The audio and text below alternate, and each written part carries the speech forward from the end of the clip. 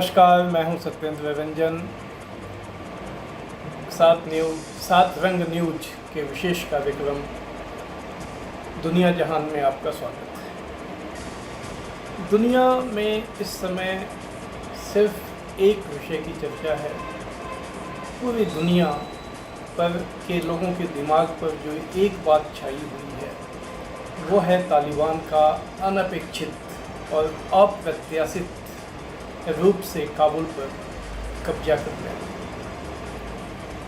इस घटना के अब एक हफ्ते होने को आ गए हैं, लेकिन अब तक यह साफ नहीं है कि तालिबान के शासन का तंत्र क्या होगा, वो किस ढंग की व्यवस्था होगी।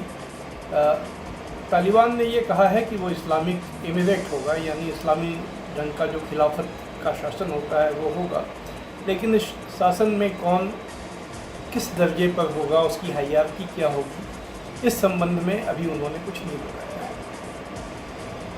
उनकी नीतियां क्या होंगी, क्या वो 1996 से 2001 तक का जो तालिबान का राज था वही वापस आएगा, या जैसा कि कुछ लोगों ने उम्मीद लगाई हुई है कि इस बार तालिबान का अपेक्षाकृत उदार चेहरा देखने को मिलेगा। ये तमाम बातें अभी साफ नहीं है और ये आने वाले समय में साफ है। अभी तक जो बात साफ है वो ये है कि अमेरिका की भारी पराजय अफ़गानिस्तान में हुई। यह एक ऐसी पराजय है जिसका असर दूरगामी होगा और पूरी दुनिया में का जो जियो पॉलिटिकल सिचुएशन है, भू राजनीतिक स्थिति है, उस पर महसूस किया जाएगा। और ये बात खुद अमेरिकी मीडिया में जो चर्चाएं चल रही हैं उससे ये तमाम बातें जाहिर हैं, क्योंकि अगर आप अमेरिकी मीडिया को गंभीरता से फॉलो करें तो वहाँ पर खुद अमेरिकी मीडिया ने इसकी तुलना जो अमेरिका के की हार वियतनाम में हुई थी उससे की है। और उसके बाद उनका जो प्रोजेक्ट था इस सदी में आकर आतंक के खिलाफ युद्ध और दुनिया भर में जो वो दावा करते थे कि वो लोकतंत्र और मानव अधिकारों को प्रोत्साहित करना चाहते हैं, उस पर एक बहुत करारा प्रहार हुआ है। हालांकि उनका ये प्रोजेक्ट इराक में भी फेल हुआ था, लीबिया में भी फेल हुआ, लेकिन अफ़गानिस्तान में 20 साल तक उन्होंने अपनी प्रतिष्ठा, अपने रिसोर्स, अपने लोगों को दांव पे लगाए रखा। बड़े बड़े दावे ये किए कि जो उन्होंने एक ऐसी फ़ौज तैयार कर दी है अफ़गानिस्तान में जो तालिबान का मुकाबला करने में सक्षम होगी, लेकिन जब वक्त आया तो वो तथाकथित 3 लाख फौजी कैसे और कहाँ विलीन हो गए, यह बात अब तक लोगों को समझ में नहीं आ रही है। हालांकि जो लोग घटनाओं पर निकट निगाह रखते हैं उनके लिए ये समझना उतना मुश्किल भी नहीं है। इराक के मामले में भी ये बात सामने आई थी कि वहाँ 20 से 30 हज़ार जो अमेरिका ने जो फोर्सेस तैयार की थी उसमें 20 से 30 हज़ार घोस्ट सैनिक थे, यानी ऐसे सैनिक जो वास्तव में थे नहीं, लेकिन उनका नाम रजिस्टर में था और उनके नाम पर वेतन, भत्ते और सुविधाएं कोई ले रहा था। अफ़गानिस्तान में भी वही कहानी अगर दोहराई गई हो तो किसी को हैरत नहीं होनी चाहिए। अमेरिका ने अपने सुरक्षा तंत्र को जिस तरह से प्राइवेटाइज कर दिया है, उसमें प्राइवेट एजेंसियों, कॉन्ट्रैक्टर्स की भूमिका बना दी है। उसके भीतर एक अशांत प्रदेशों में, अशांत जो इलाके हैं वहाँ इस तरह की घटनाएं होना असामान्य नहीं है।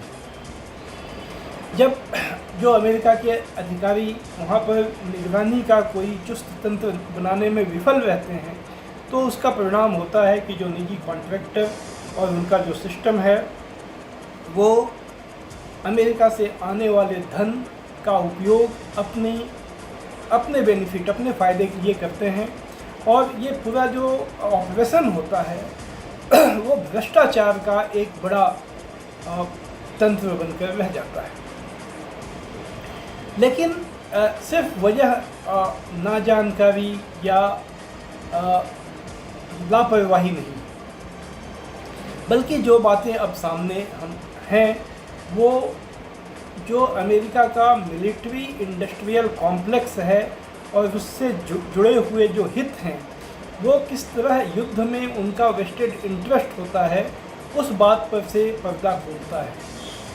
पिछले एक हफ्ते में ये बातें सामने आई हैं कि कैसे अफ़गानिस्तान में जो इस मिलिट्री इंडस्ट्रियल कॉम्प्लेक्स से जुड़ी हुई कंपनियां हैं उनको कितना लाभ हुआ, उनसे जो लोग जुड़े हुए थे उनको कितना लाभ हुआ, और जो लोग जुड़े हुए थे उनका अमेरिका के पॉलिटिकल वहाँ का जो सत्ता तंत्र है, जो राजनीतिक सत्ता का तंत्र है, उससे कितने निकट संबंध हैं। यानी राजनीति और कंपनियों को भी इसमें लाभ होता है। एक तो प्रत्यक्ष लाभ इस करप्शन से होता है, और दूसरा चूँकि डिफेंस इंडस्ट्री को युद्ध के माहौल की वजह से उनका काम मिलता है, तो उनके शेयर भावों में इजाफा होता है।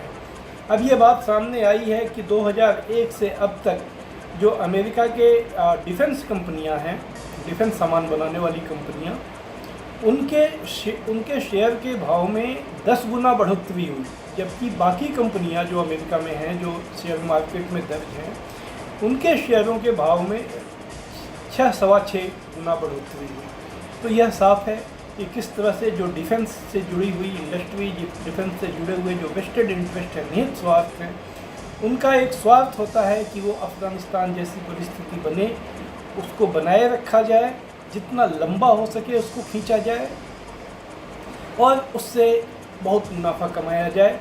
ये बातें तमाम इस समय मीडिया में चर्चित हैं और वो बातें सामने आ रही हैं। लेकिन इसकी भारी कीमत खुद अमेरिका के लोगों को चुकानी पड़ी है, क्योंकि ये जो वॉर, एक जिसको फॉर एवर वॉर कहा जाता है कि हमेशा अमेरिका किसी न किसी युद्ध में शामिल रहता है, इसका परिणाम यह हुआ है कि जो डिफेंस और इंडस्ट्रियल कॉम्प्लेक्स है उसने एक तरह से अमेरिका की जो पॉलिटी है, वहाँ का जो सत्ता तंत्र है, उस पर अपना निर्णायक वर्चस्व बना लिया है। इसकी वजह से इस तंत्र से जो जुड़े हुए लोग हैं उनको तो मुनाफा होता है, उनको तो काफ़ी फ़ायदा होता है, लेकिन जो आम लोग हैं वो काफ़ी नुकसान में हैं। और जैसा कि कहा जाता है कि पिछले 40 साल से अमेरिका के मध्य वर्ग और श्रमिक वर्ग, जो मजदूर तबका है, कामकाजी तबका है, उसकी आमदनी में कोई वास्तविक इजाफा नहीं हुआ है। ये परिस्थितियाँ अब वहाँ पर एक तरह के अंतर विरोध के रूप में सामने आ चुकी हैं, और इसलिए हम लोगों ने पिछले कुछ सालों में अमेरिका में युद्ध के खिलाफ माहौल देखा है। और वही वजह है कि चाहे वो डोनाल्ड ट्रंप हो या जो बाइडेन, वो अपनी फ़ौज वापस बुलाने के लिए मजबूर थे। इस फैसले को लेकर अमेरिका का जो सत्ता तंत्र है, एलीट क्लास है, उसमें तो बहुत बेचैनी है। उसमें तो ये कहा जा रहा है कि अमेरिका के जितने भविष्य के प्रोजेक्ट हैं वो खतरे में पड़ गए हैं। अमेरिका के लिए अब कहीं दखल देना मुश्किल होगा, क्योंकि अभी ये जो हार हुई है उससे उसकी प्रतिष्ठा, उसके रुतबे पर बहुत ख़राब असर हुआ है। लेकिन वहाँ का जो आम जनमत है वह इस माहौल में भी फ़ौज वापसी के फैसले का समर्थन कर रहा है, जैसा कि याहू न्यूज़ और मॉर्निंग कंसल्ट, ये दो जो एजेंसियां हैं, जो मीडिया है वहाँ का, उसके लिए जो सर्वे हुआ उसमें ये बात साफ हो गई। तो अमेरिका में युद्ध के खिलाफ माहौल का जो माहौल है, जो जनमत है, उसके दबाव में जो पॉलिटिकल फोर्सेस हैं उनको एक्ट करना पड़ रहा है। लेकिन इसके बाद साथ ही वो कैसे जो उनके फंडर हैं मिलिट्री इंडस्ट्रियल कॉम्प्लेक्स, उसके इंटरेस्ट को वो आगे सर्व करते हैं, ये देखने की बात होगी।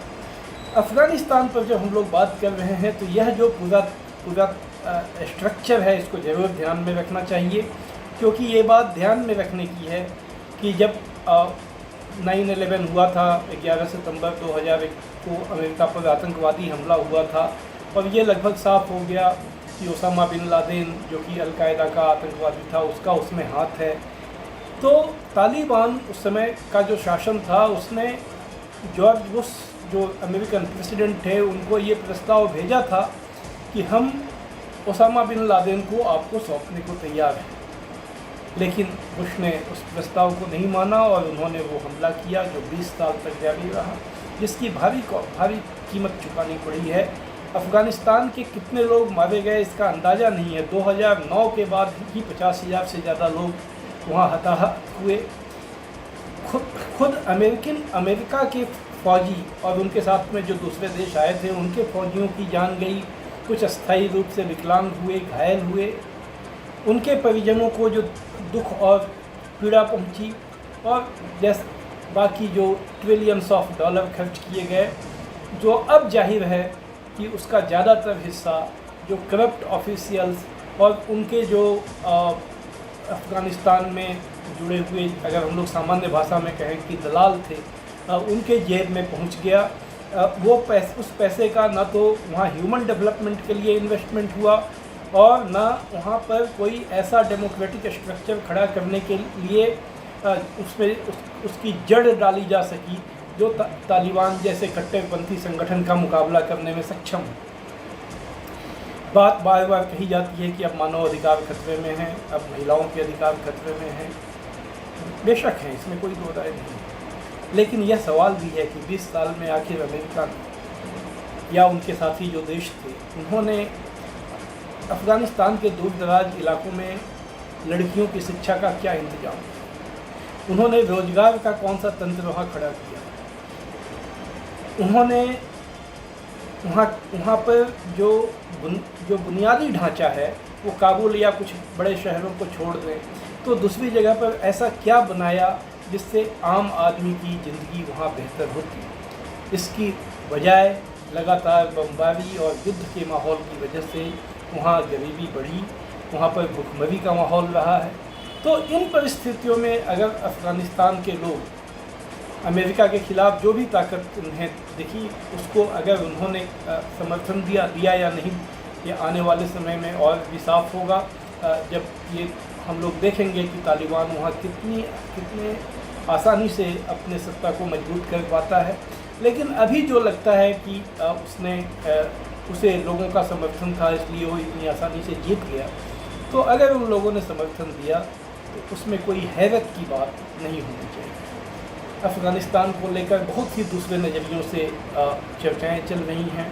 सांप्रदायिक नज़रिया भी है, कुछ कंजेक्चर से अनुमान है बिना किसी ठोस तथ्य के, जो जिसमें ये कहा जा रहा है कि खुद अमेरिका और तालिबान में समझौता हो गया और अमेरिका ने ही तालिबान के लिए रास्ता उसमें वहाँ प्रशस्त किया। ये तमाम बातें एक साजिश के सिद्धांत में, चूँकि ये कहा जाता है कॉन्स्पिरेसी थियोरी सबको आनंद देती है, तो आप लोग उसमें आनंद ले सकते हैं। ऐसी बहुत सी बातें अक्सर जब कोई बड़ी घटना होती है तो कही जाती है या गढ़ी जाती है, लेकिन क्रक्स ऑफ द मैटर यह है कि इस मामले में जो अमेरिका की स्ट्रेटजी थी, अमेरिका का जो रुतबा था, उस पर बहुत ही करारा चोट हुआ है। उसका खुफिया तंत्र की कमजोरियां सामने आ गई हैं जो एक सही आकलन नहीं बता पाया।